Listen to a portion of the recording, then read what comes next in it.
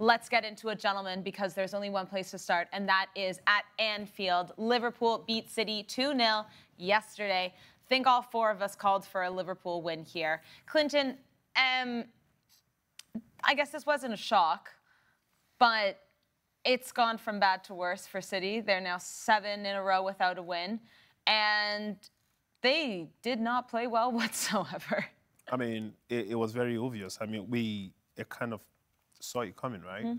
When we were talking about Manchester City versus Liverpool, I think sometimes, you know, you don't need some kind of prophet, or you don't need to be some extreme football analyst to know what could happen in a particular game. This season, you know, since Rodri has left, people are now beginning to see how important he has been to the team.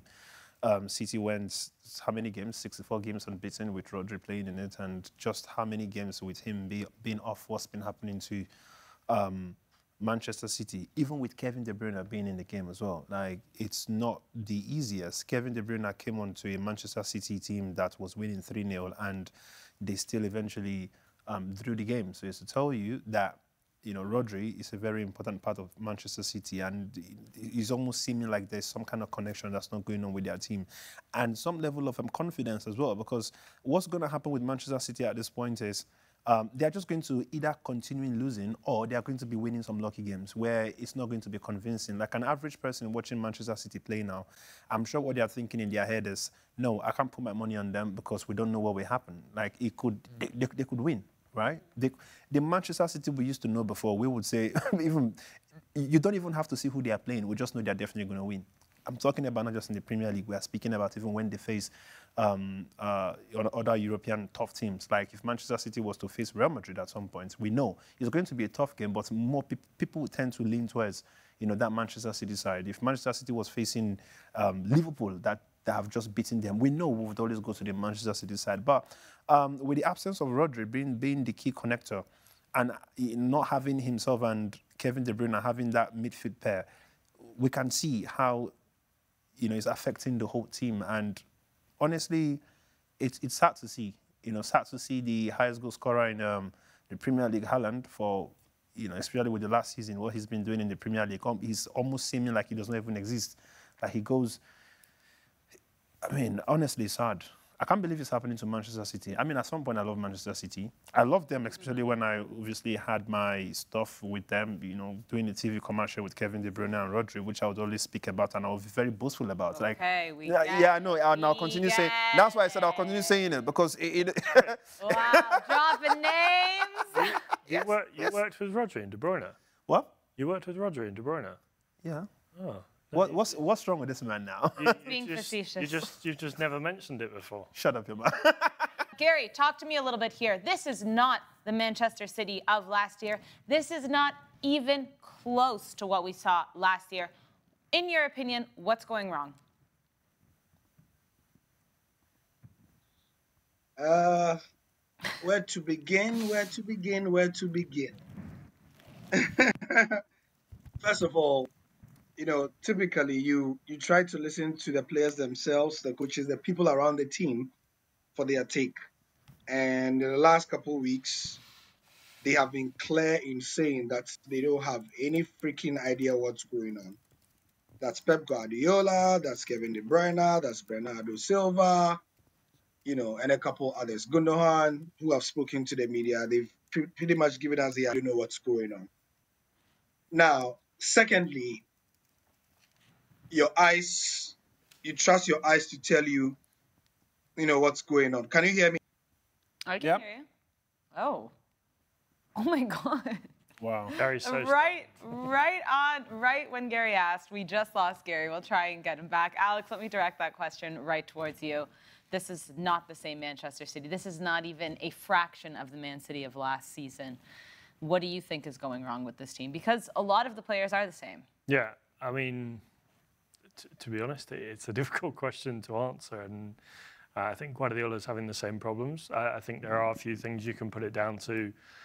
I think not the naivety feels like the wrong word, but perhaps the lack of, or the it felt like they didn't have that urgency to strengthen the squad after last season. Yes, coming off a Premier League title-winning season for the 4th time in a row, at some point there's a risk you might get complacent. And I feel like selling Julian Alvarez, not having a backup for Erling Haaland. Erling Haaland stopped scoring.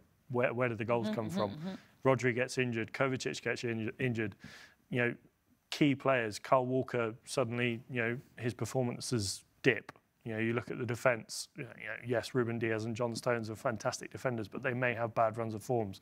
Akanji may have bad form throughout the season. So it is. I think, to be honest, it feels like a lack of preparation in terms of they obviously were doing so well for the last 4 years, not just the last 4 years, the last 7 years, and it almost perhaps to me feels like they've gone into this thinking, if we keep doing the same thing, why change something that's not broken, if that makes sense? But at the end of the day, this is football, and things do change. We've seen it with teams, great teams gone by in the past where they win, week in, week out one season, and the next season they can't seem to pull 3 points together if they played for a week. So, yeah, to be honest, I feel like it is a naivety thing in terms of coming into the season knowing that you still have to improve and you still have to look to strengthen and get better, even if you did win the Premier League title for the 4th year in a row. I do think that is something that isn't talked about enough when we talk about Manchester City, that the past few transfer windows for them have been relatively quiet because, like you said, they did have so many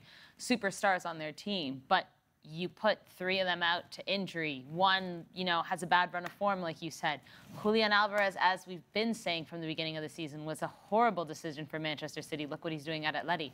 There is some, concern as to the higher-ups and some of the scouting and some of the decisions that were made in the transfer window.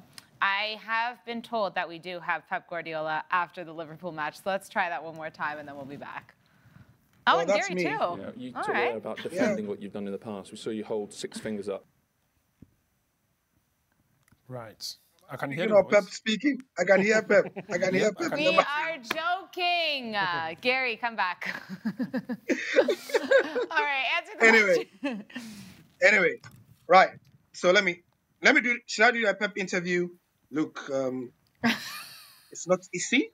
It's not easy, but we need to lose this game sometimes, and it's important that it happens, because I promise you, from next week we get better. We need this. We have won so many times. We have won 6 titles. We are an incredible group, but we need this. And I promise you, next week, and anything can happen to the end of the season. Yeah. Well, that was brilliant. That was brilliant. Quite good. All right, well, let's compare it to the real Pep Guardiola. 3rd time's the charm. Yeah, you talked there about defending what you've done in the past. We saw you hold 6 fingers up to the crowd during the game, again at the end. All the stadiums want to sack me. Oh my God! I started from Brighton. Maybe they're right. Maybe I must be sacked for the results that we have. But I didn't expect an Anfield that. So you didn't? No. With 0-1, I 1-0 for them. Didn't do it with 2-0. And maybe we should do it in the past, sing the song in the past, not now. Now let's take advantage. I didn't expect for the people from Liverpool, but it's fine. It's part of the game. I understand completely and accept it. And we had an incredible battles together. They win, we won, and I have a respect, and that's all.